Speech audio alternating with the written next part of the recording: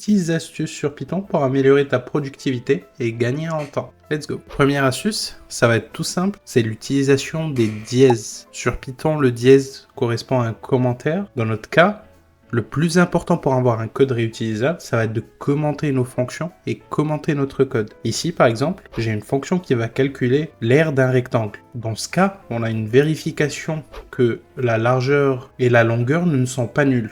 Et ensuite, on a l'opération d'affectation de l'aire, qui est la largeur fois la longueur. C'est un exemple assez simple, mais imaginons cette version qui est beaucoup plus aérée, qui contient un commentaire pour dire que cette étape, ça va être pour vérifier si les valeurs sont positives. On va faire ce traitement, et ensuite, on va simplement calculer l'aire du rectangle. Et du coup, le code est plus aéré, on a des commentaires pour expliquer aux personnes que fait notre code, et ça devient plus facile. Donc c'est utile premièrement pour toi si tu crées un code que tu ne touches pas pendant un certain temps, et du coup ça va te permettre de te rappeler plus facilement ton code, mais c'est aussi utile pour les autres qui ne connaissent absolument pas ton code et qui vont avoir une idée de ce que ça fait. Deuxième astuce qui te facilitera la vie, c'est ce que j'appelle le smart swap. Donc imaginons que j'ai deux valeurs A et B qui contiennent respectivement 5 et 10 et que j'ai simplement envie d'inverser le contenu de ces deux variables. Donc au lieu de faire dans une ligne A reçoit B et B reçoit A, c'est possible de faire tout ça dans une seule ligne et d'afficher le résultat qui nous donne A égale à 10 et B égale à 5.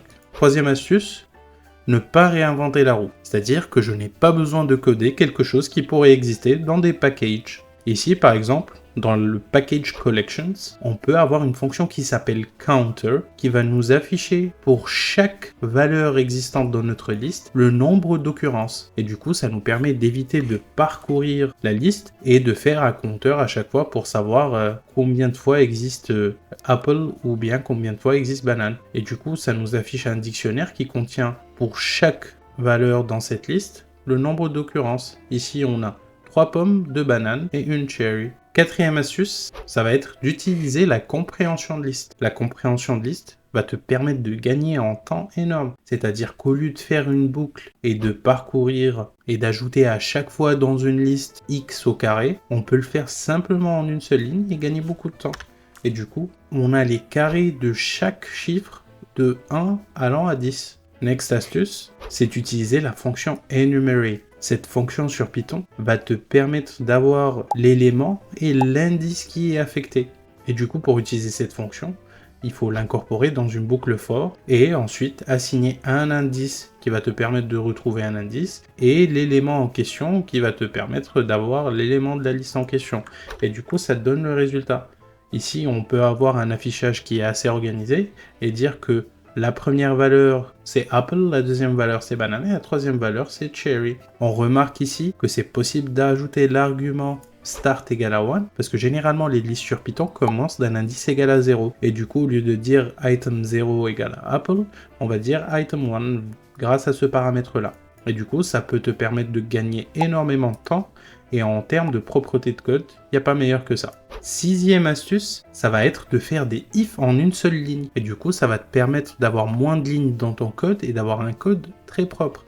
Donc, admettons ici qu'on a un âge égal à 20 et qu'on veut faire un test, ou bien un if, pour savoir si la personne est majeure ou mineure. Et du coup, au lieu de faire ça en plusieurs lignes, on peut faire statut égale adult if âge supérieur ou égal à 18, else minor. Et du coup, ça nous permet de faire un if et un else qui aurait été probablement avec une indentation et plusieurs lignes en une seule ligne. Et du coup, ce qu'on vient d'écrire ici en une seule ligne est traduit de cette manière. On voit très bien qu'ici, ça prend beaucoup moins de place, que c'est plus propre et que c'est quand même lisible. Et du coup, c'est une bonne astuce pour avoir un code assez propre. L'astuce d'après, c'est d'utiliser la fonction lambda. La fonction lambda va nous permettre de créer un comportement ou bien un bout de code qu'on a envie de répéter.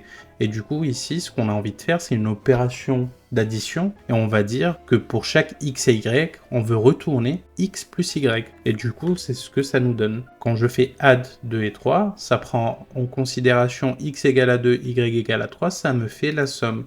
Et du coup, la traduction en fonction, ça serait de créer la fonction add, de donner un paramètre x, y, c'est ce qu'on a ici, et de faire un return x plus y, du coup, c'est ce qu'on a ici. Astuce suivante, c'est la gestion d'exception. La gestion d'exception, c'est quelque chose de très important dans vos codes et dans vos scripts, car ça va permettre de garantir une utilisation ou bien une exécution du code sans arrêt. Et du coup, si on a des use cases où le code devrait indiquer une erreur, au lieu d'indiquer une erreur, on peut lui donner un traitement alternatif pour ne pas arrêter toute l'exécution du code. On va prendre l'exemple d'une division par 0, qui est une exception.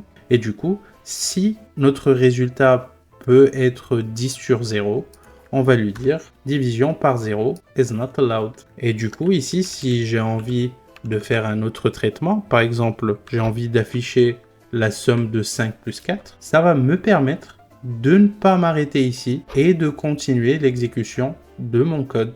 Dans ce cas, c'est la partie qui contient 5 plus 4.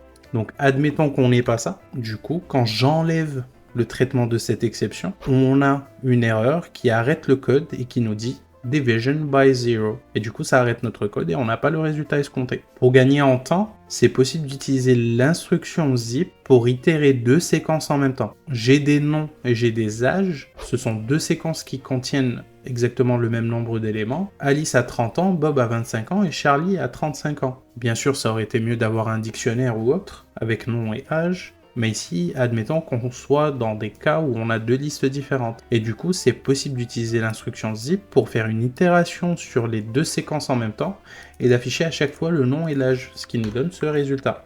Et du coup, ça nous fait gagner du temps, car on n'est pas obligé de faire deux boucles différentes ou bien d'utiliser les indices à chaque fois pour afficher le nom et l'âge. Dernière petite astuce qui te sera franchement utile, du coup, c'est d'utiliser les fonctions qui sont pas très connues, mais qui s'appellent any et all.